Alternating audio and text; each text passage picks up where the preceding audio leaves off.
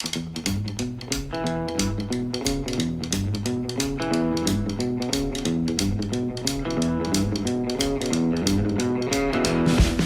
you go.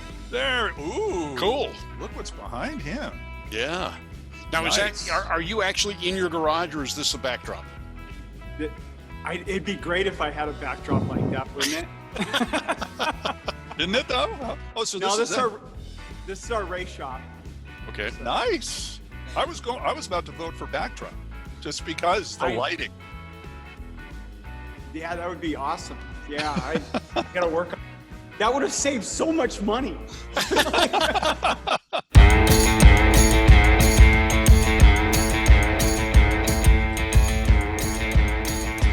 Hey everybody, welcome to a brand new Talking About Cars podcast where everybody, including this guy and me, have a car story or three. That's right. At least, yeah, definitely. Each, probably. Hey everybody, I'm Randy Cardoon, whose currently picture adorns the drag strip at Irwindale Speedway with this guy next to me. There he is, the man, the legend, Hot Rod Bob Beck. That's you. Yeah. That's And me. That's you. I'm me. Mm-hmm. And of course, people who go to Irwindale Speedway here in Southern California can actually see our picture. It's similar to the one that's on, right here on our YouTube page. I shouldn't say YouTube page. It's actually No, it's on our Facebook Twitter, page. our Twitter page. See? That too. See? I don't know if There you we can are. see it. There we go. Yes. Twitter There we go. page. Perfect. There we go. That's us. That's That's us. us. That's partially the picture. You can see what's going on below our shoulders, but frankly, I don't know why you'd want to, but that's certainly something that's coming up and that's there. So, Yes. so we're here for another Talking We About are. podcast. And it's an interesting car related show because this time, Bob, we are returning to the drag strip to talk to a guy whose name has been around. It was first his father, now him, occupying the name Larry Dixon. That's it. And he's a Top Fuel champion, number 3 in total wins. Is that just in Top Fuel or total? Yes, Top Fuel. Oh, okay. Yeah, I know he's after Tony Schumacher's ahead of him. Who else passed him? I'd have to look again. But I don't remember, but it's really close. Because I looked it up and I went, huh? Because they listed as number 2, but I was looking at stuff that was 3 years old. You know, And he has the shortest racing history to an extent, which is kind of strange because he grew up in a drag racing family, his dad winning the Winter Nationals in Pomona in 1970. And he didn't start driving until much later on. You'd think being a drag race kid, he would have been involved a lot sooner, but we'll find out. Maybe he was, but not quite the legitimate way. And we'll find out about that when we talk to him. Did you, by the chance, go on YouTube and see Larry Dixon frying up a bologna sandwich? No, I didn't. I wonder if that's his dad. I didn't see the video, so I don't know. One's got gray hair, one's got dark hair. Right. Well, this guy had definitely gray hair. Then it's his dad. He was talking fried bologna. That's his dad. How many sliced thin fried bologna slices equal a fried bologna sandwich? Sandwich. I First don't know. Have you ever had fried bologna before? Yes, I have. In I Louisville, want to say I tried it once, but I've never had it professionally made. when I worked in Louisville, we went to the Louisville Sluggers game, and you have to have the fried bologna sandwich. It's just the mainstay of what you get there. You know, you go to Dodgers Stadium, you got a Dodger dog. You go to Louisville Slugger Stadium, you got to have the fried bologna. And that's the baseball team, right? I should know this. Yes. Yeah, I should know this. All right. Well, I can't wait to talk fried bologna with Larry Dixon. Yeah, I mean, I'm sure he's had a lot of them. Yeah. And probably people have said that to him, too. Bologna. Hey. Yeah. All right. Larry's online, so let's bring him on. The man, the moment, the drag racer extraordinaire. Where's he been the last few years? We will ask him. Here he is. Larry Dixon Jr. Hey, Larry. And there he is, ladies and gentlemen. As suggested, Larry Dixon Jr. joining us. And again, just to tell you, behind him is the actual car. Yeah, this is not a video. This is the real thing behind him. And we got to see it a few years ago at SEMA, and this is the first time I've actually been able to well, visually see it anyway. Since then, how have you been with that? Have you been able to get it out and drive it? Every year we've been running it. We've doubled our amount of rides and appearances and stuff every year since then. And we debuted the car at SEMA in 2017, and I think everybody in the world loved it except 3 people, and and those three people really threw the hammer down on me. But since then, and everybody else in the world, we've been going out running the car. I've been doing displays with it and different shows, and it's been picking up momentum. Not a lot because we can't. NHRA owns everything west of Texas, so I can't get the car to the West Coast. Probably why you haven't seen it, Bob, since SEMA show. But we've been going to like West Palm Beach and Martin, Michigan, and Memphis, Tennessee, and South Carolina and North Carolina, and we've really been running the car at every lot of places. And surprisingly, with the pandemic, I really thought that would kind of shut us down because it's kind of shut everything else down. But I think it's given a lot of people time to say, "What the heck? Let's do this now and let's go for a ride." And so the last few months got really busy with the car, and then now it's winter time, so now we're kind of waiting for spring to hit. I actually trying to put together an event in February at West Palm Beach again. Okay. It's the weather's pretty forgiving in the winter time there, so we'll do that. But car's been fun. We run an 1/8 mile. It's from a real Top Fuel car, I mean, it runs pretty close. It can't run the same type of numbers because of the extra weight. Sure. In the chassis and then another person. But gosh, it'll run 250, 260 mile an hour to the 1/8 mile, and that's impressive. It's getting it. Yeah. Now you've had a very distinguished. Gone that fast. That's a big deal. You've had an impressive racing career, and one of the things I noticed in reading about it, I mean, I knew who you were before, but I never really read about your history. Your history as it shows up on Wikipedia and such, it's almost like you were a late comer to drag racing, but you've been in a drag racing family all your life.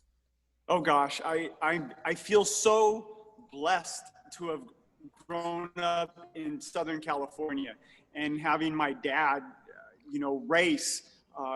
In that era, where you've got the Lions drag strip and the Irwindales and the Orange counties and all that, and growing up out there and, showing up at races where there's, 60, 70 Top Fuel cars all trying to get into a 32 car show or something like that. It just, I get goosebumps talking about it. It was just a great time, great era to grow up. And then that really gave me the love of the sport. And, I've been going out there ever since. My dad retired in the late 70s, 78, 79. That was kind of it for him, but I was just kind of getting going at that point, and definitely had the bug to go racing. So Larry, go ahead. You were with some top teams. I mean, Gary Beck, Larry Minor, Perdome. You didn't really have any low budget teams. You had the top guys. Well, and it kind of goes back to like going to the races with my dad. And my dad, for the most part, always raced as a hobby. So you would race during the weekend wherever we were at. And then Sunday afternoon, evening, whenever the race was done, you'd drive through the night to be able to get back home so he could go back to work on Monday and, we go back to school. But there was other guys at the track that weren't leaving, like a Roland Leong or Snake, Mongoose, Shirley, Garlett. They weren't leaving. They were like working on their car and going to the next race. And I was like, man, if I could do that, that would be awesome. And so that's really what I aspired to do. So I graduated from high school in '84, and then it took about 2 years before I could talk a team into even letting me work on their car. And it ended up being the Larry Minor team with, Gary Beck was driving. And then after that, it was, Larry Minor himself, Dick LaHaye, Ed McCullough in the funny car. And so they were the ones that actually gave me the start. And it was just pit crew. I was going to say, how did you make the transition from pit crew to driver? Well, that came a few years later, but there was guys that were, like crewing or, driving alcohol cars and moving up to fuel. And at the time, all three Petragon brothers, you had Blaine Johnson, there was just different people, Pat Austin, all these guys that were coming up, Shelly Anderson, Randy Anderson, and the like. And I'm pit crewing, and I'm like, how am I ever going to get a shot at that? And it's like, well, if you're going to get a shot, and Roland Leong's was very instrumental in giving me guidance on that, because he helped Mike Dunn kind of carve his path as well too. Ended up driving an alcohol car, and it ended up being for John Mitchell, which, back in this, if there was an older crowd listening, he had the Red Mountain Boys cars and ran in Southern California, and then later on with the Montana Express. So I gave him a call to see if I could drive his car. He was in between drivers, and it's like, yeah, sure. So I quit. I was pit crewing for Prudhomme at the time, and I quit there and went to go work on Mitchell's car full-time, alcohol car, and then drive it. So that's kind of where it got the start.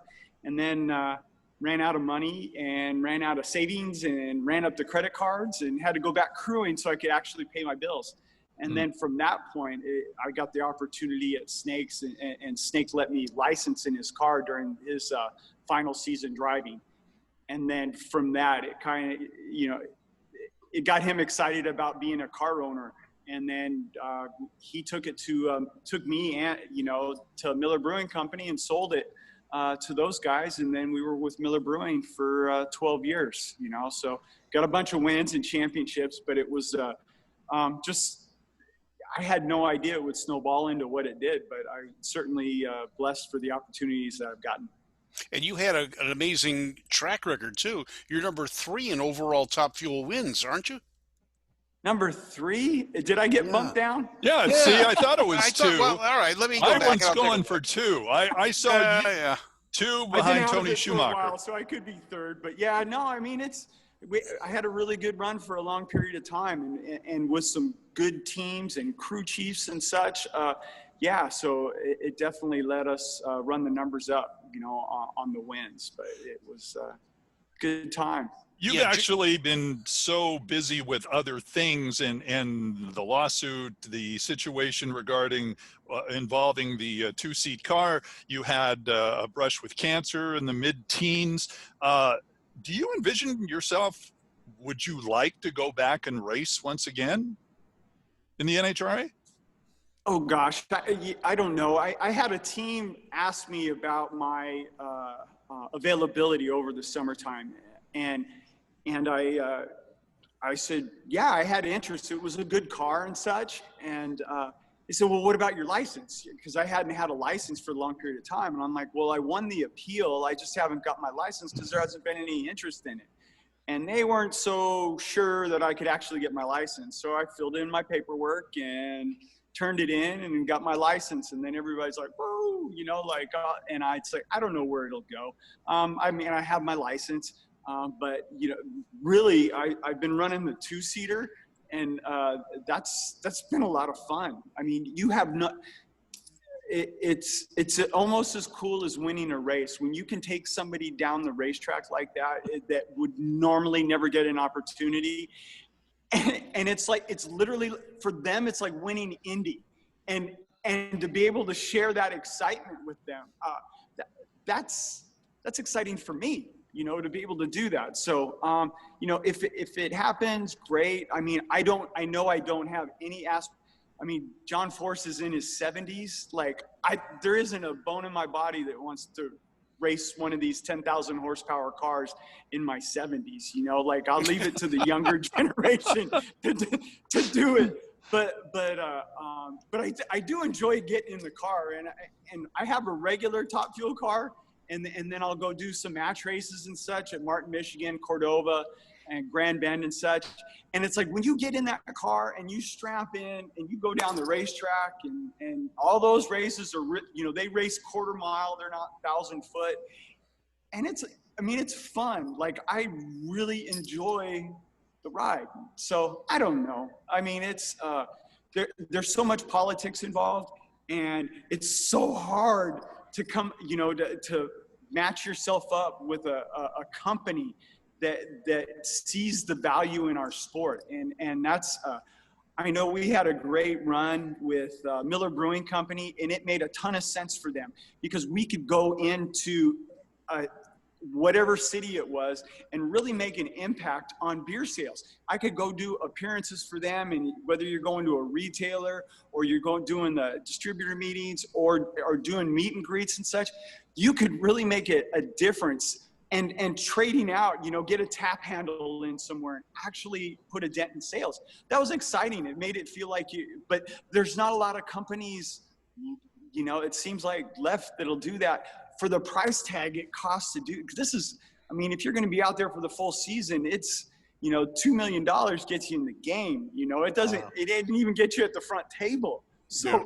So, I mean, you got to be looking at $3 million if you're an Alan Johnson, Don Schumacher, John Force type of team.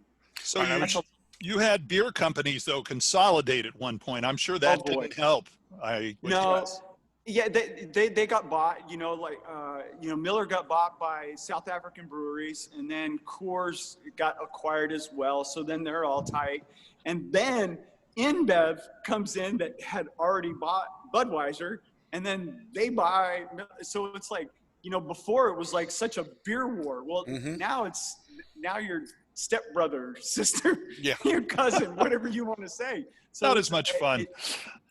It isn't, you know, like it's, I mean, they made it really gratifying, you know, when you had to race a Budweiser team like that, and Bernstein and Kenny he's such a great driver, and I wasn't as good a driver as him, but it's like you either learn to get your ass kicked week in, week out, or you got to work on your game. And he forced me to be a better driver, and I love that for that. I have so much respect for him. It's like Kenny still has trouble with me just as a person because we raced we have such competition for so long. But it was exciting. It was exciting times, and I loved it, and I loved being a part of that at that time. All right, you're saying you're not a good driver. You're number 3. Joe Amato's ahead of you.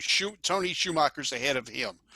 You've got 44 wins. Amato had 52. And from the information I saw, Schumacher is at 56.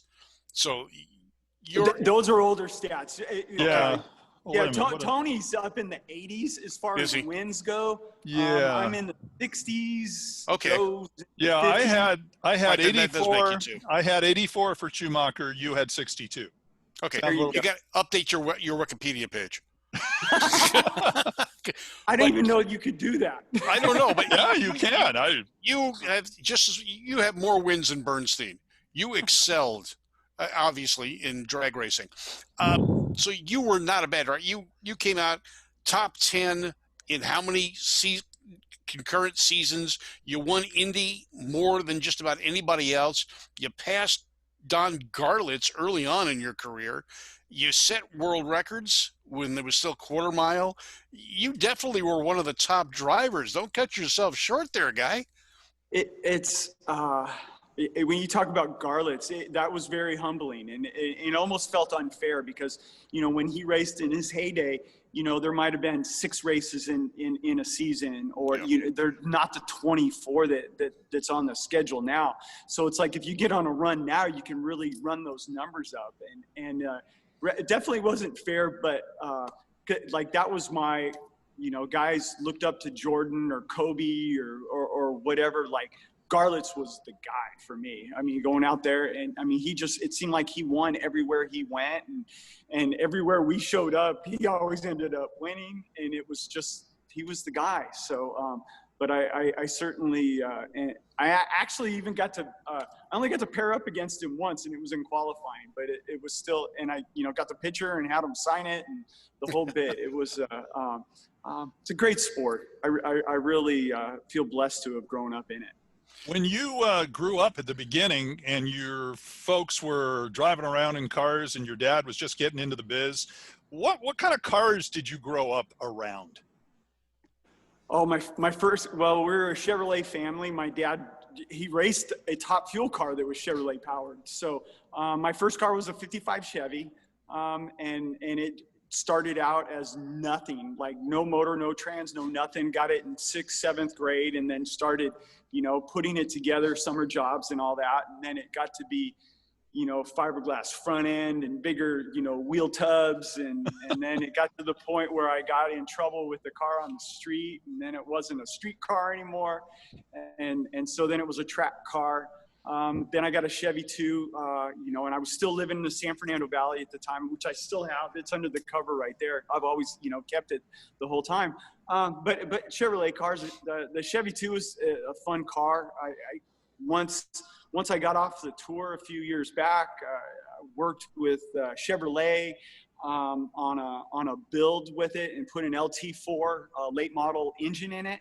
And I've got it running in the high 9s, and it gets 22 miles to the gallon on pump gas. And I'll go do that Hot Rod Magazine Drag Week stuff. And, there's another one as well called the Midwest Drags. And just having fun with cars. I mean, it's like I've been a car guy my whole life, and it just, everybody hears about Top Fuel because that's what's on television. But, and then while we're all shut down for Corona, I did a Corona impulse buy, and I bought a 69 El Camino SS396 car. And it's original. It needs a lot of work. I always get these cars with less motor and trans. But I got it and trying to figure out what I'm going to do with that. But it's cars, man. I've always if it makes noise, I got interest in it. Talk to Jack Beckman. He just finished his El Camino. That's right. So yeah, he can tell you what not to do. Do you know what's great about Jack? Like we both grew up in the Valley, and it's like I remember Jack and his car way back before we all went on the NHRA tour. We'd all go to hang out at Chatsworth and Zelza at the Winchell's Donut Shop, and on the weeknights, and it's a blast. And here it's 35, 40 years, however many years later, we're still playing with cars. Now, how did you go? I mean, go from a California kid to transplant yourself to Indiana, and then your dad moves back there with you. Yeah, I know. Sometimes he's not happy with me about that, but it's the racing. The last year that I lived in California, I was only home 90 days for the year, and I had just gotten married. We were going to start a family, and just Indy made more sense. Just from coming and going from the tour. And when I was on the tour, I'd get about 200 days a year at home being in Indy. And it just made more sense. Everything's just a little bit easier, coming and going. You get your water bill for your water in your lawn, and you don't get fined for it. And if you don't use too much electricity, you don't get fined for it. And it just everything was so much easier. The only thing you got to deal with is the winter. So you just stay inside, wait for spring. Yeah. And so, well, that seems to be like a central location because a lot of NHRA drivers live out in Indiana. Is that just basically because it's centrally located and it's kind of like the small town look? Yeah, well, it just, the shops ended up starting to be here. Like we always summered here when I was at Prudhomme. We'd winter in the Valley in Southern California. And then, that was back when it was 16, 18 races. And then the schedule expands to 24. And now you're racing, in early February all the way through till the end of November. And it just made more sense to be back east full time. And I wanted to be around the race car. That's what I've always done. So it just made more sense. And then, like Snake built a shop here, and then it was full time. And then you seen Schumacher, and then Snake got forced and talked him into doing it. And it just kind of snowballed. Petragon's got their shop. Lucas is across the street. It's just, it makes a lot of sense to be here from a racing standpoint. All right. Do you do any testing at IRP? Because you're close to there, aren't you? Yeah, well, not lately. I got too many roll cages. Yeah. It's too safe. I'm sorry. Yeah. Yeah. Not allowed to do but that. they got grudge night on Wednesday night, and I'll take the Nova out every once in a while. What year is the Nova? 66. It's a Oh. Chevy 2. Original 327 4-speed car. Again, bought it less motor and trans, and then put a motor and trans in it. It was, playing around on the street and stuff with it, and it's just kind of. I've just never finished it. Still haven't finished it yet. I mean, it's still got the same paint on it when I bought it. I bought it back in 1988, from a friend right off of Van Nuys Boulevard, and it's just been part of the family ever since. Van Nuys Boulevard, yes. We all cruised that. All three of us there. All three of us all cruised that. Yeah. I went to Van Nuys High School. I'm third you? generation. Probably the last generation, because I'm not going to have any kids go, but third generation Van Nuys High. So it's, again, great place to grow up. I was very fortunate from that standpoint. Robert Redford went to Van Nuys High School. Yeah. I went there for 2 classes a day. Oh, you did? I went to Grant in Van Nuys, and I ran out of shop classes to take. So they created a vocational program, and the machine shop over at Van Nuys High was far more advanced than what was at Grant. So I'd have 2 classes at Grant, then I'd go over to Van Nuys at break for 2 classes of machine shop, then drive back to Grant for the afternoon. We were so lucky we had shop classes. There are no more shop classes. I've got, I got my youngest is getting ready to go into high school next year, and it's, there's one auto shop and it's at another school, kind of like it'd be a magnet type program, but where you had wood shop and plastics and metal and printing and all of that stuff, it's just not out there anymore. And it's, I hate it for just because it would teach you the basics, whether or not you got involved with any of it, but at least you knew something about it. And now all those things are done and gone now. Yeah, I remember I went to El Camino, and I know that all the wood shops they had you go through, they had you make certain ashtrays, which is really kind of weird when you think about it, because everybody was trying. Stop smoking, but make I this don't want ashtray. you to smoke in school. By the way, how's that ashtray coming along? Okay, well. So, but everybody kind of had that little project when they were going through school. Absolutely. So I'm curious too. You went through that whole situation as far as your dad racing. Talk a little bit about what it was like to watch him go through the race cycle and some of the guys he was facing, and what you learned most from watching your dad. I really got the love of the sport, I think, from my dad. Again, he had an 8 to 5 job. He worked at a machine shop that there in the valley, but he'd race on weekends. He had a Top Fuel dragster in his garage, and you just don't. Nobody has garages long enough to have Top Fuel cars in them anymore. No. But and then on the weekend, it seemed like there was a Top Fuel meet at either Irwindale or Orange County. In the mid '70s. Lions. Early that went away in '71 or '72. So, but it just I think the love of the sport. There were so many Top Fuel cars and funny cars in the valley back then. It just seemed like that was. I could go. I would be at school with somebody, and their dad had a Top Fuel car or a funny car. It seemed like. I mean, it was just. And now there's not a lot of Top Fuel cars left in the country, let alone in the valley. So it was so easy. I can remember I was talking to Linda Carter when Randy and I were at the Grand National Roadster Show in January. And I was telling her, I said, I remember when Bill Carter used to take his Top Fuel car out across the street to Valley College. And he would do burnouts in the parking lot on the weekend because there was nobody there.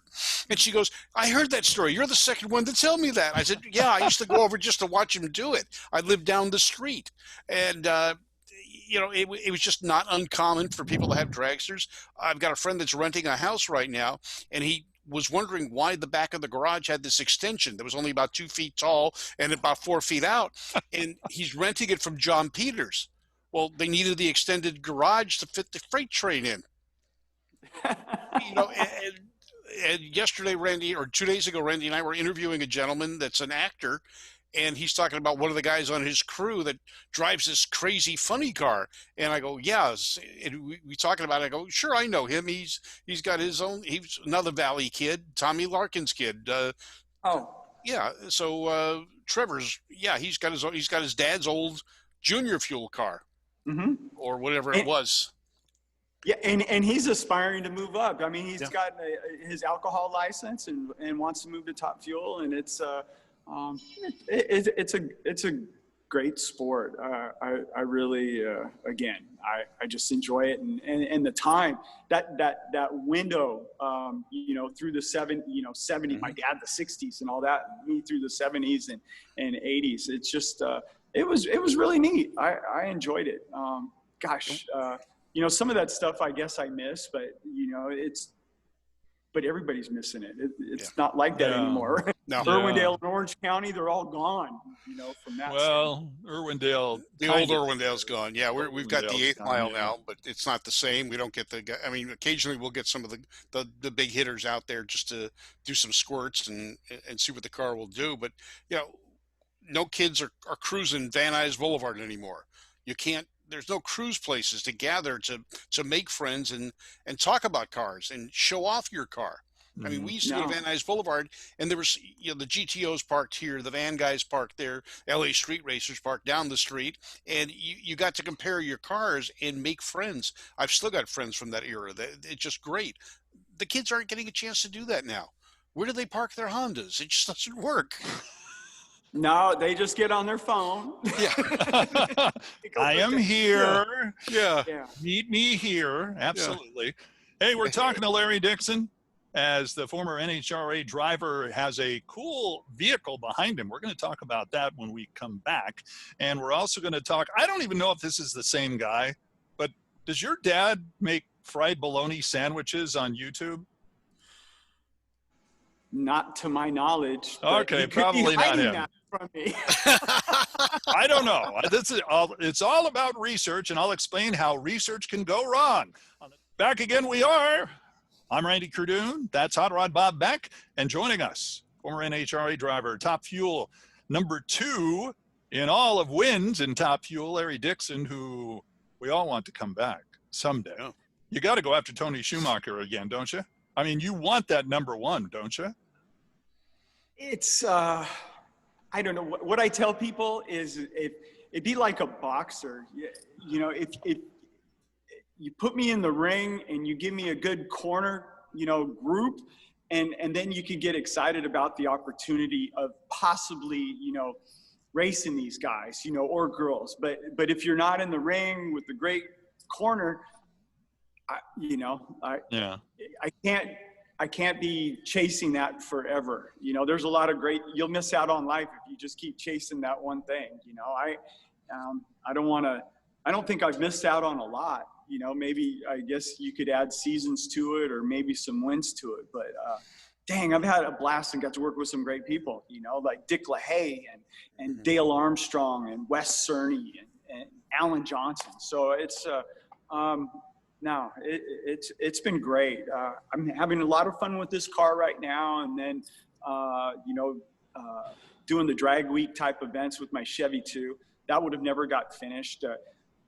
I get to go to soccer games. My daughter plays soccer in high school, and my son plays basketball. And if you're going to 24 races a year, you're missing a lot of your kids' stuff. So I'm not missing a thing right now. He's the smart one, I'd say. By the way, we were talking, you mentioned boxing. Mike Tyson and Roy Jones Jr. over the weekend had a fight. Did you see it? Did you pay? Oh, yeah. And all everybody was talking about afterwards was Snoop Dogg. What does he have to do with it? Well, he showed up as a commentator. Oh, what did you think of Snoop Dogg as a commentator? The first thing I thought about was the fact that and I've lived out of California for a long time, and smoking weed wasn't legal when I lived there, but it is now. Mm-hmm. And he's been taking advantage of that. He took advantage of it beforehand, is what I've heard. What I've heard. Yeah, he was having a good time. Yeah. I think. Yeah. Yeah. I don't know that he would get the same response in Indiana. Yeah, probably Yeah. not. Probably not. Let's talk about the car behind you. Where did that idea come from, and how long ago was it? It was actually, I had just lost my ride at Bob Vandergris at the end of 15, beginning of 16, and I am out in Southern California. I already had my plane ticket for Pomona, so the Winter Nationals. I go to lunch with Terry Vance, and we're just talking about, like what am I going to do with my life and moving forward and all that kind of stuff. And it got my wheels spinning. I'm sitting in traffic, heading to Pomona. And then the idea kind of came to me. Well, what about a 2-seat Top Fuel car? I mean, they've got them, NASCAR, Mario. Gosh, Yeah. he starts Indy 500. He's the one out front on everybody. Formula One, even MotoGP has a 2-seater. You can go 180 miles an hour on the back of a motorcycle, a MotoGP bike. No, So thanks. it's like, No, what? no, Why, no, no, no, no. And why doesn't, I mean, drag racing got some 2-seaters, but they don't run as fast as a showroom stock Hellcat, So it's like, if our sport's the quickest and fastest, it ought to have the quickest and fastest ride along. So that's kind of where the idea came from. But then it was like, well, can it be built safely? Can you insure something like this? All those other ideas before you can even move on. So kind of built the car on computer, and actually, the computer modeling showed it's actually safer than a traditional Top Fuel car, which is crazy. Yeah, funny, not funny, but like when you build a computer model traditional Top Fuel car and you load it like in a max load condition, it shows all the hot spots where they break in half and fly, like I've done a few times. This car doesn't have that. So that was exciting for me, that you could actually build one that's safer than getting insurance and all that. So then, well, okay, what am I going to do with the rest of my life? Like I love racing. So like, I don't know. And then that's, I mean, there's been a lot that has gone on, but the fact of the matter is I took this idea to the president of NHRA, and he absolutely loved it. And so I go back and forth and with emails with all of their people for 3 or 4 months before we even start building it, and get their concerns and all that stuff. And before like make sure that we're all on the same page. And then I go and build the car. Then I test the car. And then we debut the car in SEMA, and then they change their mind. Well, the genie's out of the bottle after we're at SEMA. I can't put it back in the bottle, so I'm gonna keep running it, because it's doing everything that I wanted it to do. I mean, I can run this car 8th mile and take the engine and the drivetrain out of my regular Top Fuel car, put it in this one, put somebody in the back seat. We go down the racetrack, runs low 3 seconds in the 8th mile. It goes over 250 mile an hour.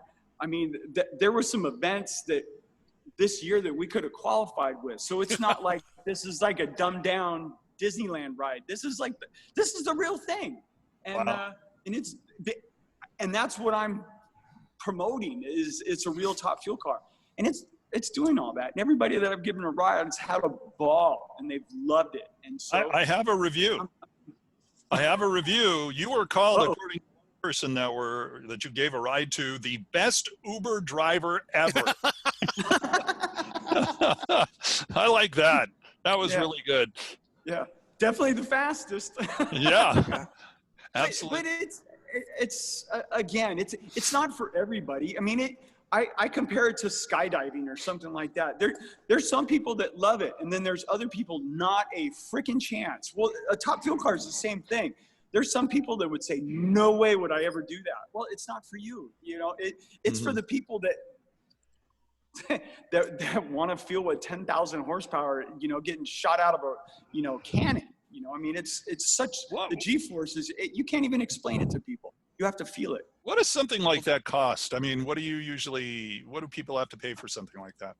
It's really stupid and expensive. And Well, of course, we expected that. And to be honest with you, to be able to make it break even, it's not even enough. But it's a $10,000 ride. It is. It's again, it's expensive, but the insurance on it, everything to do it is just. I mean, we service this car just, you know, I got a regular pit crew, and, you know, guys that I worked with, you know, on Perdome's team or Alan Johnson's team. I mean, and we worked that car in between run. It's just like the real thing. It's like you know, for people, you know, there's guys that I seen this online when I was looking at like experiences, right? And where you could go on stage and play a guitar with Roger Daltrey, or you do these fantasy type camp things. So that's kind of what this car is. You know, I mean, it's for people that have, you know, don't want to have any business of driving their own car down the racetrack, or who's going to give them the opportunity. And it's like, that's what this is for. So again, it's not for everybody, but the ones that want to do it, it's there, and it does everything I wanted it to do. Take us through a little bit of that. You're in the front. Yeah. The passengers in the back. Do you have radio communication with them to tell them what's going on? Oh no! Like believe it or not, you can hear them. The screams are deafening. Okay. Oh my gosh, that's another thing that's deep, because we don't have that radio communication. So it's like you make the run, shoots out, you know, you're pulling on the brake and you're kind of coasting before you turn off. And you know, they're only a couple feet behind me. It's not like they're a long ways away. But like, other than one person, everybody has squealed like a little girl at a boy band concert. Like, it's so cool. Like, you know, and that was part of the sales pitch, even to like NHRA on it. It's like, instead of me, you know, putting the microphone and the camera in my face and me trying to tell people how great our sport is, it's like, put somebody that's never been out there before, put the mic in their face, tell them. I mean, there's going to be people that you're going to get a true soundbite out of those people, and that excitement and all that. It's just, it's, I don't know. Can you tell I'm ate up with it? I'm pretty good, yeah. Yeah. He kind of likes it. Yeah, I know. I mean, I love Top Fuel cars, and I like being able to share it with other people. Okay. Now your dad's back there. He's been back there now for almost 10 years, isn't it? I'm going to say 15 years now. Okay. Yeah. And that was quite a change for him, because he went back there to be with you, not because of a job or racing, wasn't it? Yeah, well, it's funny because I moved back here in 1999, and, you know, kind of telling him, you know, cost of living, and, you know, we got the drag strip right down the street, and just everything, there, you know, a few things are a lot easier than, you know, California. But it didn't do anything for him. And then all of a sudden, like, then all of a sudden he's got grandkids. And then it was like, wow, you know, like, maybe Indy might not be a bad idea. And I'm like, whoa, you know, like, he won't move back here for me, but that's all right. I still got him. So it's cool. What's it like that? You know, my mom's still in the valley, in the house that I grew up in. And when you guys were talking about with Bill Carter, you know, starting the car up at the college, it made me think about, you know, when my dad, they had the Top Fuel car in North Hollywood in a regular neighborhood, no subdivisions back then. And, you know, you had to push start your cars. They weren't self-starting back in those days. And push starting your Top Fuel dragster down Cleon Avenue in North Hollywood, California. It was exactly where that is. Yeah. Yeah. So it was neat, but it just, so he moved back here. Yeah. You know, winters, I don't know. I'll put up with the winters for everything else. I had John Mazzarella. He was a rep for Strange Engineering for the longest period of time. And he lived in Southern California, moved back to Indy full time. And I asked him, hey, what about it? And he goes, you write down all the bad things about California and all the good things. And then you do the same thing with Indy. And he said, the one bad thing about Indy is the weather. The one good thing about California is the weather. He says, if you can put up with that, you'll be set. And that's kind of how it's been. You deal with the weather a little bit, but it's not that bad. Well, they don't make wrinkle wall snow tires for the dragster, though. They do not. No. But they did make Florida, and it's not that far away. So what kind of cars right now are in your garage? I mean, you talked about the Chevy 2, you talked about the 2-seater Nitro car, dragster car. What are your daily drivers like? My daily driver is a 2008 Chevy Silverado. I tell people the coolest thing about it is it's paid for, you know, and that's that's my driver. But the Chevy 2, I don't have a lot of cars. I talked a little bit about the El Camino that I got, and I'm just trying to figure out what I want to do with that, you know, like whether it's I mean, it's still got the original paint on it and stuff like that. Oh, there we go. Oh, do we see Can it? I do this? Sure. All right. There it is. There it is. There it is. And is it yellow? Kind of a beige. But Butternut? butternut squash. Butternut yellow. That butternut color. Yeah, Butternut squash. You know, that's the same color that Jack Beckman's was. Yeah. Now Well, it's a- his is like it's like Jeg's yellow now. Or Yeah, it's a something. bright jag. Yeah. Yeah. You know, hearing So- you say but- butternut squash, I feel like a vegan now. I feel so healthy. What do you mean you feel like a vegan? So, Well- so a friend of mine he posted the picture of this thing on Instagram. And I said, hey, I go, did you buy that? And he goes, no, a friend of mine's got it and it's for sale. And it's down in Florida. And so he goes, well, what's he want for it? We kind of go back and forth on it and all that. And I said, I shot him a price and it said, hey, if you'll take cash for it, if you'll take my offer, I'll pay you cash this week. And he said sold. So it's less, but it came with the protector plate. I mean, it doesn't have the motor or trans, but it's got everything else there in it. It's had the original invoice in it, you know? Wow. And, Wow. yeah. And I paid more than the original invoice. Yeah.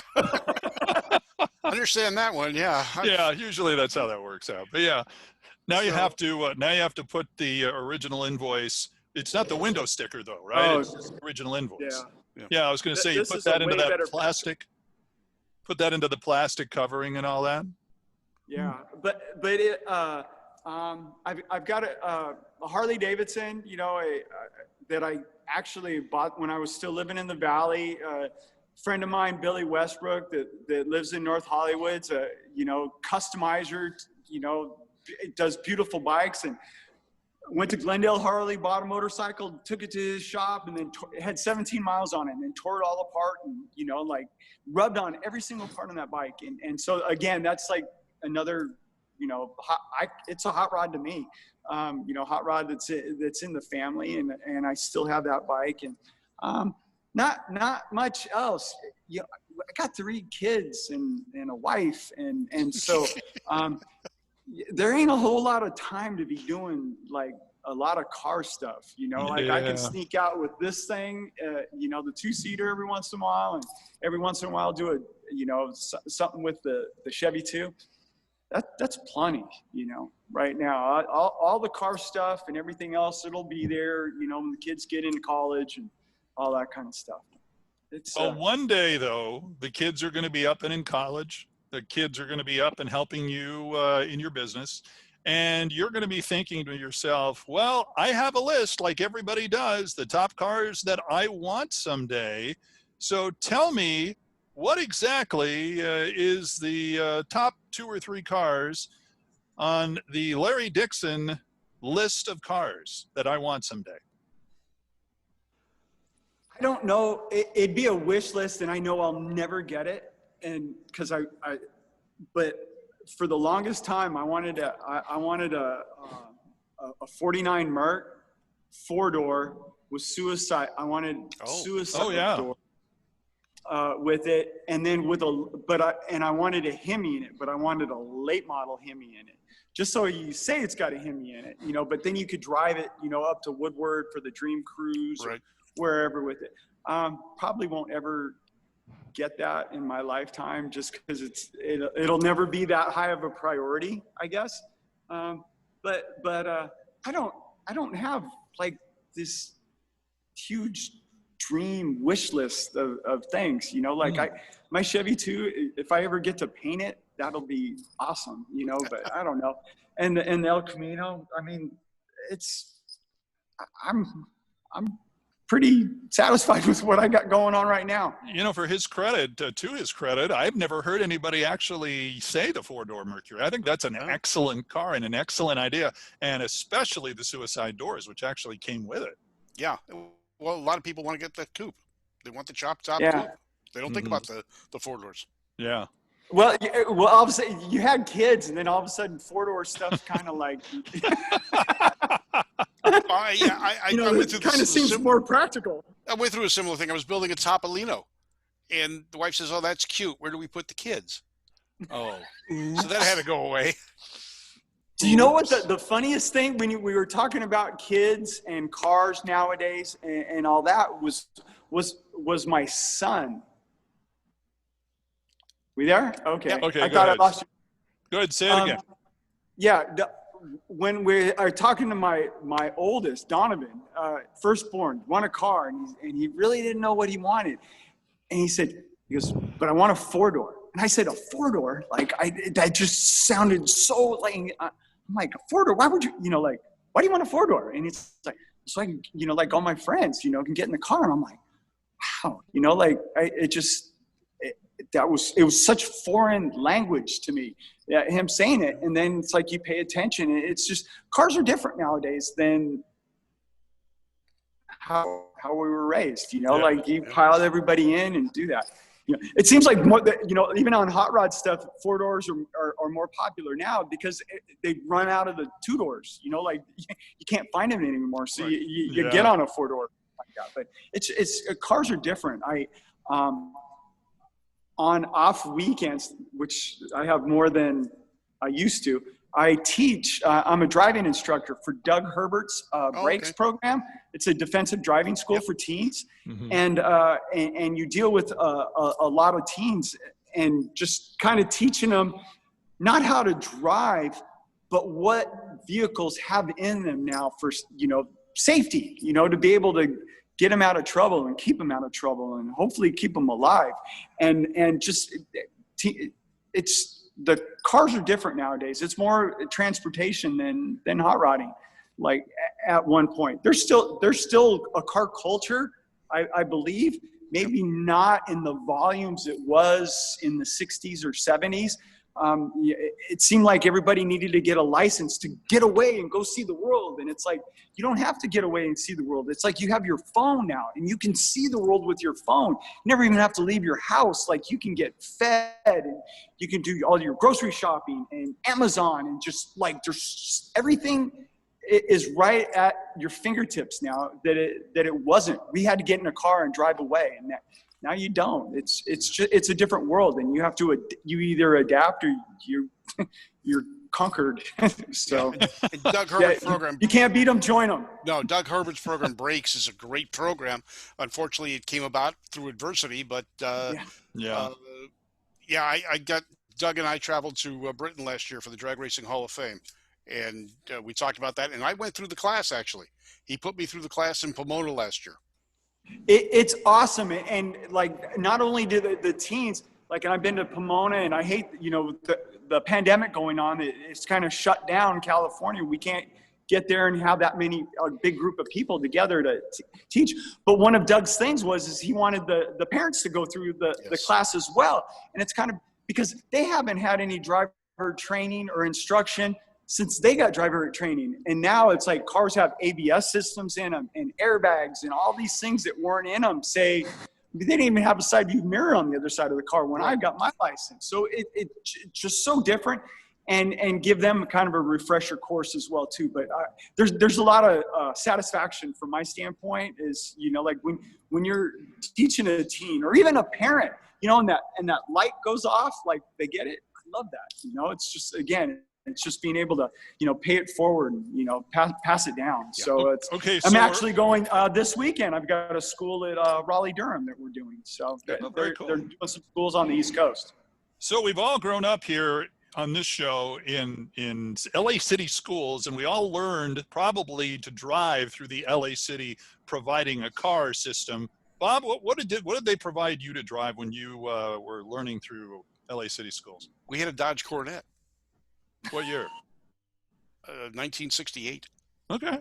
All right. I had Gotta remember, I'm older than you guys. Yeah, well, I had a 1970, I want to say 70, it might have been a 71 Plymouth Duster, although LA City Schools was doing 70 Furies, I think, at the time. What about you? What about you, Larry? Do you know what? Like, I don't even know. We had driver's ed, but we didn't have, they weren't doing the driving part of it at school. Like at Van Nuys High, they weren't doing any of the driving. But I did the written part and all of that, but at school, but no driving. So it was a 55 Chevy. What an outrage, for heaven's sake. Well, they probably would have gotten a little upset when you torque it up and power brake. Yeah, that would have been fun when you did a power slide or something like that. Yeah. Cool. Hey, remember to listen, like, and share, and most important, subscribe to our audio podcast and the video podcast on our Talking About Cars page. Also, our Two Tired Guys Productions YouTube page. When you subscribe, you will be notified when a new show comes up. And remember, when you subscribe, it helps all of us. That is so true. Don't forget to follow us on social media, on Facebook, Twitter, and Instagram. Become a Talking About Cars Two Tired Guys patron on patreon.com. Get exclusive interview clips and get access to our Two Tired Guys swag, which is always fun. So Pete, thank you for joining us. Thank you, Larry. Until next time, I'm Randy Cardoon. That's Hot Rod Bob. And, of course, that is Larry Dixon Jr. And we're all having fun talking about cars. We'll see you next time, everybody. Thanks, guys.